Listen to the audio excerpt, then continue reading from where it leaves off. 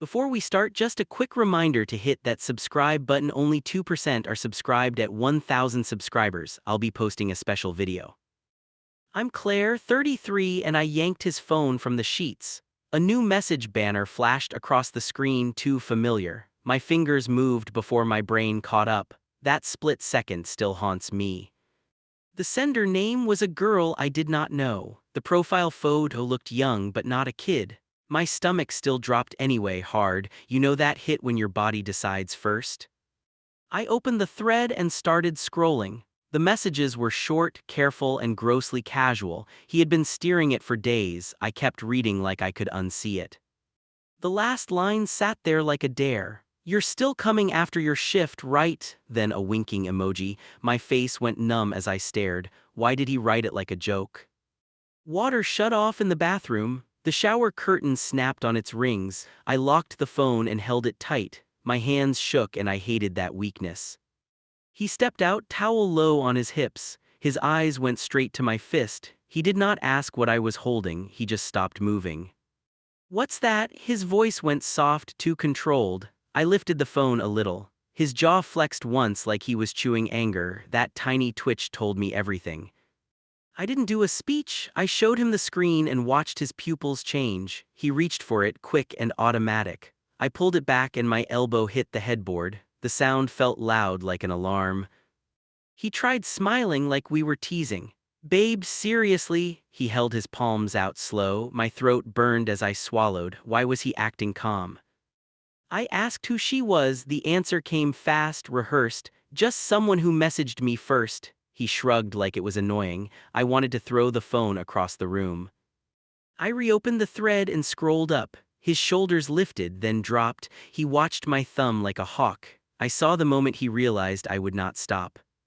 "Give it back." His hand clamped around my wrist, not hard enough to bruise, just enough to claim. I twisted free and my pulse spiked. That grip was the first real thing he did. I stood up and backed toward the door. He followed, still damp, still quiet. "You're making this a problem." His gaze stayed on my face like he could talk me down. It felt like being cornered by a salesman. I asked her age. He paused a beat too long. "Old enough." The words landed wrong and he knew it. His mouth tightened as if he regretted the sound. I checked her profile again, right in front of him. There was a college name listed and an 18 in the bio. Relief tried to rise, then got strangled by disgust. Why was that the best-case scenario? He stepped closer and lowered his voice. "Nothing happened." He touched my shoulder like comfort. I jerked away like he was hot. That flinch made him blink. I asked why he wanted to meet her at all. He exhaled through his nose, annoyed now. "You've been stressed, okay?" He tapped the phone like it was proof. The way he blamed me felt almost routine.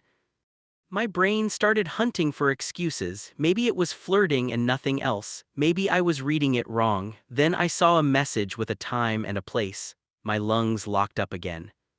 "You picked a parking lot." My voice cracked on the last word. He rolled his eyes like I was dramatic. That eye roll made my hands steady. He tried for the phone again. This time he aimed for my fingers. I stepped back and my heel slipped on a sock. I caught myself on the doorframe, heart hammering. He smiled like he'd won something. "Claire, stop." He said my name like a warning. I hated how my body listened. I moved anyway, out into the hall. Every step felt like I was breaking a rule. I walked into the kitchen and grabbed my car keys. He followed, towel gone, sweatpants on like a costume change. He leaned on the counter, casual posture, hard eyes. He was trying to make me feel silly. I dialed my best friend with the phone in my hand. It rang once, then twice. He shook his head slowly like I was a child. That tiny motion made my skin crawl. "What are you doing?" His voice cut sharp now. I held up one finger for silence. He slapped the counter, not loud but deliberate. The sound snapped my friend into the call. I couldn't get the words out at first. My friend kept saying my name over and over. I stared at my husband's face while my mouth failed. I felt embarrassed and that made me angrier. I finally said, "He's meeting someone." My husband scoffed like I'd accused him of theft. He mouthed, "Unreal," and shook his head. The gaslight was so smooth it almost worked. My friend asked, "How old?" I swallowed and looked at the screen again. 18. It came out like a confession. My husband's shoulders loosened like he'd been waiting for that number. See, he pointed at me smug. It's legal. He said legal like it meant decent. My friend went quiet, then breathed. That's still bad. I wanted to hug her through the phone. I told him to unlock his phone and hand it over. He laughed once, short and mean. No, he stepped closer and I stepped back. We moved like that for 3 beats, like a dance with knives. I said I would call the police. He stopped smiling instantly. Don't you dare! His voice dropped and his face went flat. That flatness scared me more than yelling. I walked to the front door and opened it. Cold air hit my legs and I didn't care. He grabbed the edge of the door, blocking it. His eyes flicked past me, checking if anyone saw. I raised the phone like a weapon. Move! My voice sounded steadier than I felt. He stared at me, then at the phone. Something ugly flashed behind his eyes. He stepped aside, slow and controlled. I slipped out and my bare feet hit the porch. My friend was still on the line, whispering, "Go, go, go." I walked fast and did not look back. I got to my car and locked the doors. My hands shook so bad I fumbled the lock twice. He stood on the porch watching me, arms crossed. He looked offended, like I'd embarrassed him. I dialed 911 with my thumb hovering over the button. My chest hurt with every breath. Part of me still wanted to hang up. Then he lifted his phone and started typing, calm as anything. That was the moment I pressed call. The operator answered and my voice came out thin. I kept my eyes on him while I spoke. He smiled and kept typing anyway. My friend stayed on the line while I kept breathing through my teeth. I gave the operator our address with a shaky voice. My husband typed on his own device like nothing mattered. That calm felt like a threat. I cracked the window and listened for footsteps behind me. The porch boards creaked, then stopped. I glanced up and saw him staring through the glass. He lifted 2 fingers like a warning sign. The operator asked if he had weapons. My mind went blank, then snapped back hard. I answered fast, then hated that I sounded unsure. My husband's mouth moved in silent words I could not hear. A car rolled up and parked near my driveway. A uniformed officer got out and scanned the yard. My husband stepped forward with his palms open like the victim. I wanted to vomit from pure rage. I got out slowly with my hands visible. The officer looked between us, then asked for the basics. My husband jumped in first, talking smooth and measured. I cut him off and held up the screen. The officer asked to see the thread. I scrolled while my pulse slammed in my ears. My husband leaned in and tried to angle the view away. The officer shifted his stance and my husband froze. "You're blowing this up?" My husband's tone turned sweet, then sharp. I felt myself start to doubt my own eyes. Then I hit a message with a location pin. The officer's eyebrows lifted just slightly. My husband tried a new story on the spot. "She lied about her age at first." He shrugged like that should solve it. The officer asked for her stated age in writing. My husband's face tightened like a knot. I offered to send screenshots right then. The officer told me to email them to a case address. My hands fumbled over the keys and I cursed under my breath. My husband watched me like he was timing it. He stepped closer and lowered his voice. "You'll regret this when I lose my job." His words were quiet, but the look was loud. I stared at his mouth while he spoke. My friend's voice crackled through my speaker. "Stay in the car." The officer asked for my husband's device next. My husband laughed, short and dismissive. "No warrant, no device." The officer didn't argue, just noted it down. That pen scratch sounded like a countdown. My husband turned to me with that same fixed smile. "We can handle this privately." He nodded toward the house like it was a normal disagreement. I shook my head and felt my cheeks burn. He hated that I did not fold. The officer asked if there were any explicit messages. I hesitated, then forced myself to nod. My husband snapped, "Define explicit," like a lawyer. The officer's stare went flat and my husband swallowed. Then my husband did something that still makes my hands shake. He opened his device and started tapping fast. I knew he was deleting even without seeing it. I lunged forward on instinct and the officer stepped between us. "Stop!" The officer's voice cut clean through the air. My husband lifted his hands, acting offended again. I stood there breathing hard, watching him pretend. If he could erase it that fast, what else had he erased? The officer told us not to contact the other person. My husband nodded like an obedient student. I asked what happens next, and the answer felt thin. A report, a follow-up, maybe a warrant, maybe nothing. As the officer walked back to the car, my husband finally showed a crack. He leaned close and whispered, "You're alone in this." I stared at him and realized he believed it. Then my screen lit again with a new incoming call from his sister. His sister's name lit up my display and my chest clenched. I almost ignored it, then answered anyway. Her greeting came syrupy, then turned sharp. "What did you do now?" hung in the air. I told her to stop and listen. I gave her one sentence, then another. She exhaled like I bored her. "You misunderstood," she pushed, and I bit my tongue hard. I said I had the messages saved. Silence hit, then a quick pivot. "Send them to me," she demanded like she was the judge. I refused, and my stomach flipped at my own nerve. She tried the gentle route next. "He's stressed, you know that." I stared at my steering wheel and laughed once. That laugh sounded ugly even to me. Then she asked if I wanted to fix this. I ended the call and my ears rang. I sat there too long, staring forward. Inside the house, a door shut with purpose. I knew he was moving pieces without me. When I walked in, he was already dressed. He didn't look startled to see me. He looked ready, like he'd rehearsed this scene. "We need to talk," he said, and my skin crawled.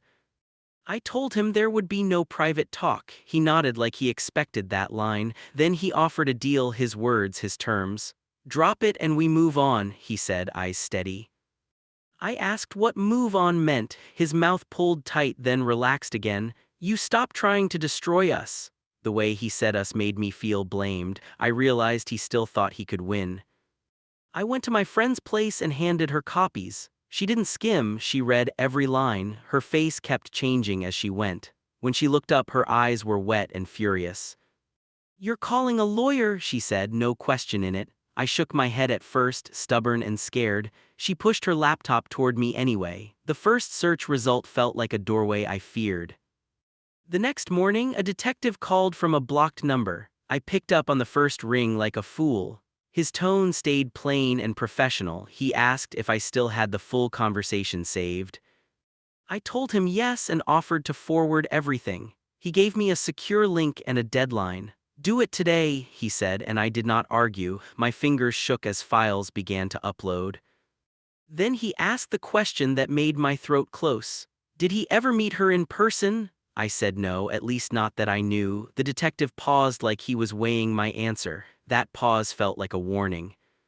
A week later, my husband started acting helpful. He cooked, he cleaned, he spoke gently. It looked polite from the outside. Inside, it felt like a performance meant to confuse me. I kept waiting for the mask to slip. It slipped at night. He stood in the doorway and watched me pack a bag. "You're overreacting," he said, voice low. I kept folding clothes without looking up. He stepped closer and I stopped breathing. My friend called while he hovered behind me. I put her on speaker to anchor myself. "Any update?" she asked, fast and tense. My husband muttered, "Tell her you're done," and my stomach turned cold. 2 days after that, the detective called again.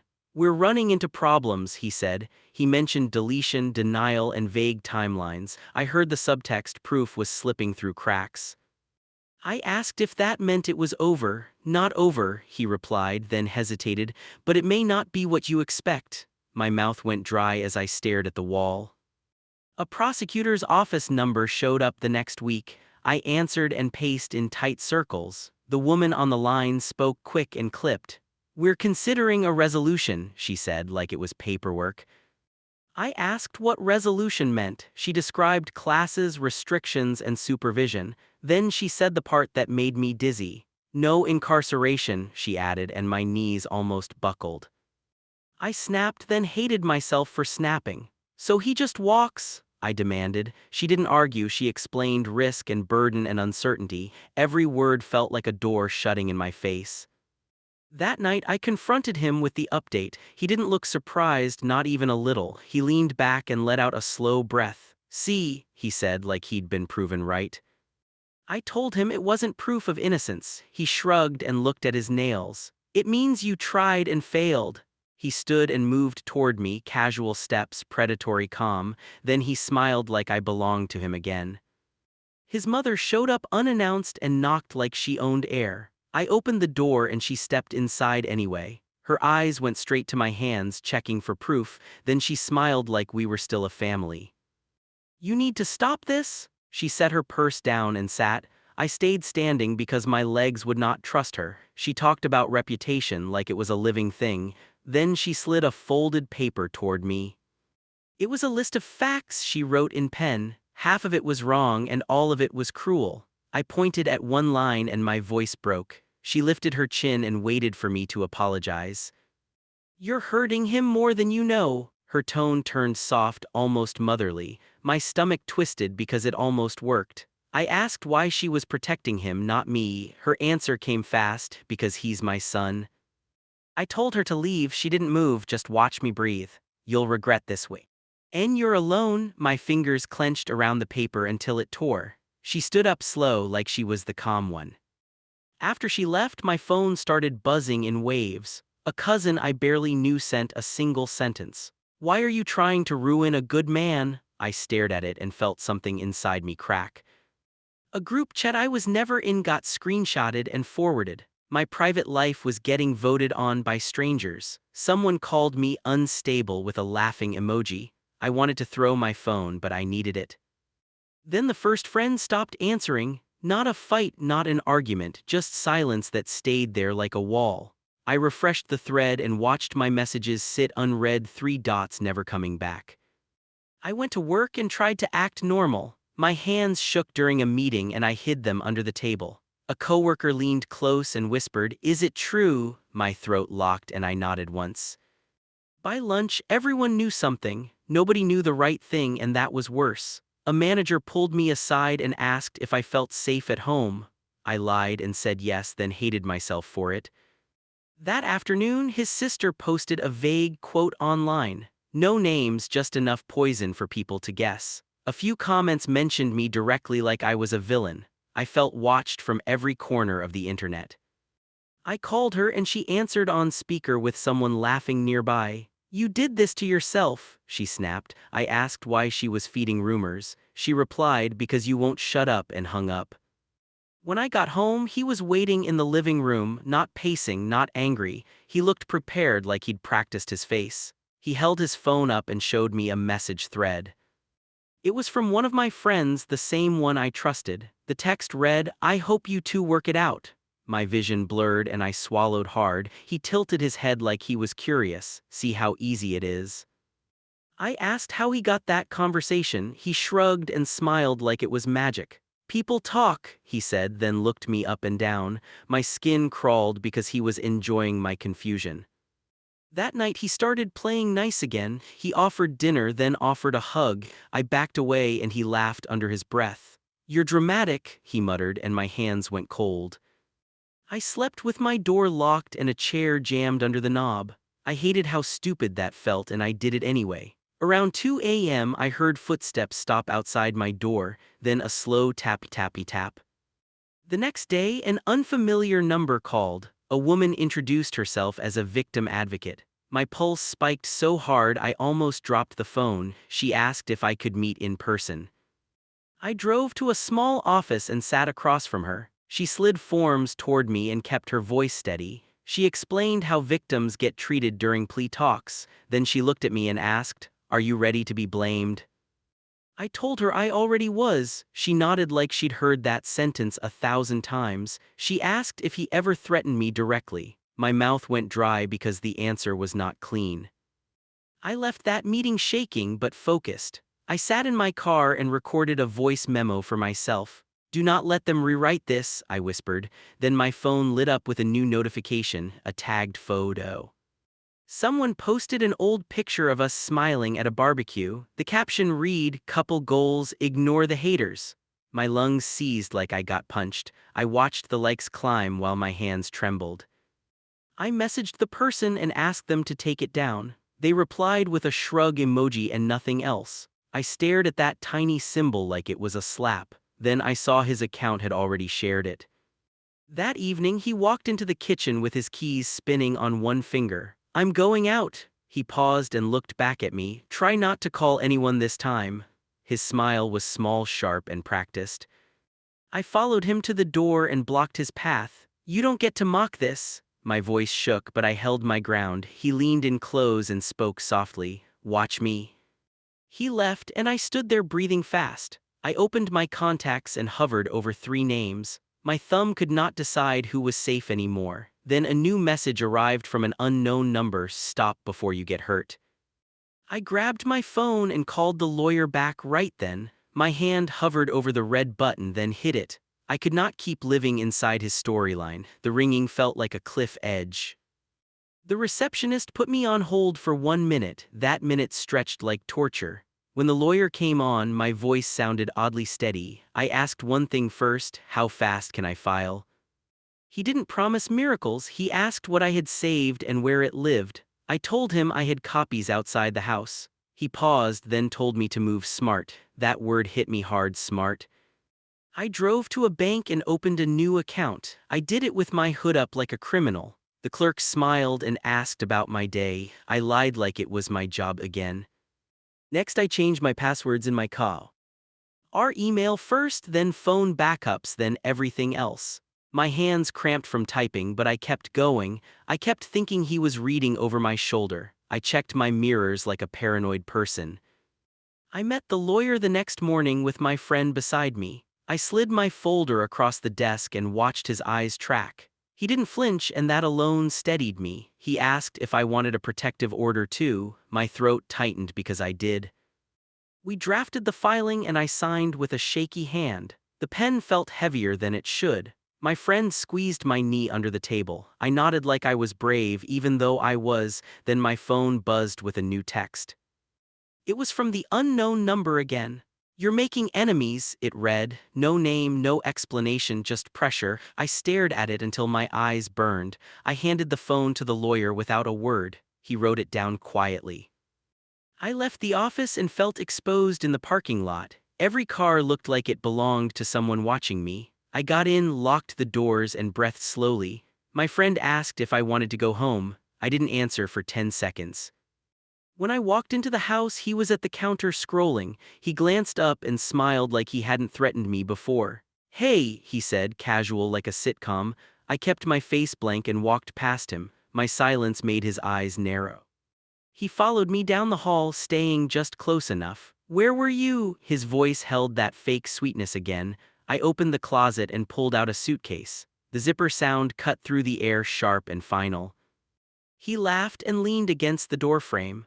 "You're really doing this?" I didn't give him a speech, not one. I kept packing only what mattered, moving fast. He watched my hands like he wanted to grab them. The room felt smaller with every breath. Then he tried a softer angle, like a switch flipped. "We can reset, just us?" He stepped in and reached for my shoulder. I moved away without looking at him. His hand hung in the air, then curled into a fist. That fist stayed there too long. I told him papers were coming. His smile snapped off like a light. "You filed?" The word sounded like an insult. He took a step toward me and I held up my phone, ready to call. He stopped, but his stare didn't. His next move sat in his eyes. 2 days later, the server caught him outside. I watched through the window as the envelope changed hands. He didn't yell, he didn't explode, he just went still. That stillness scared me more than screaming. He walked back inside like a stranger wearing my husband's face. He placed the papers on the table with a flat slap. "You think this makes you safe?" He tapped the page where my name sat in black ink. I kept my voice even and told him to read the terms. He ripped the page in half instead. The tearing sound made my skin prickle. That night I stayed at my friend's place. I didn't sleep much, I listened more. Every small noise made me sit up. My friend kept her lights on in the hall like a guard. Around midnight my phone lit up with his call, then another. I didn't answer, not once. Voicemails stacked up like bricks. Some were pleading, some were mocking, some were quiet threats. I deleted none of them even when I wanted to. Each one felt like evidence or a warning. The court date came faster than I expected. I sat on a hard bench and stared forward. He walked in with his mother beside him, dressed like a church photo. He didn't look at me, but I felt him there. My palms went damp anyway. When our case got called, my legs shook as I stood. The judge spoke in a tone that made everything feel smaller. The plea terms were read again, clinical and tidy. No jail time, just conditions and classes. My heart thudded like it was trying to escape. His mother sniffed like I was the one on trial. He nodded along, calm as a man checking a box. Then he glanced at me and smirked, just a flicker. That flicker told me he still felt untouchable. I swallowed hard and forced myself not to blink.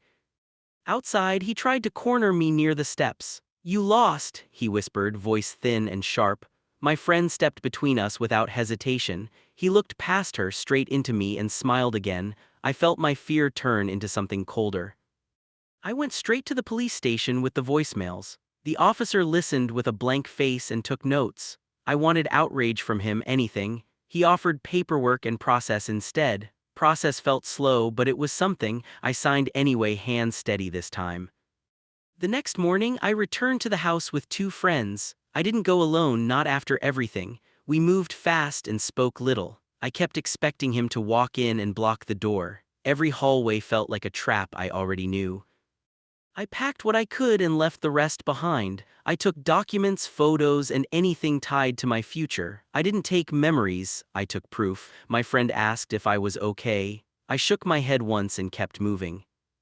As I carried the last bag outside, a car rolled up behind me. I froze before I turned. It was his sister, staring from the driver's seat. She lifted her phone and started recording. The air left my lungs in one long rush. "Say hi to the internet," she called out, voice bright. My friend raised a hand and blocked her camera. I walked to my car without giving her anything. She laughed as I passed, like she'd won. I drove away with my jaw clenched so tight it hurt. That evening, I sat on my friend's couch and finally let myself feel it. Not sadness first, rage. I thought the system would punish him, but it didn't, so I had to be my own consequence. I opened my laptop and started typing my statement for court, line by line. When I finished, I saved it in 3 places. I stared at the file name for a long time. I realized I was not asking for permission anymore. I was building an exit he could not sabotage. And I knew he would try, wouldn't he?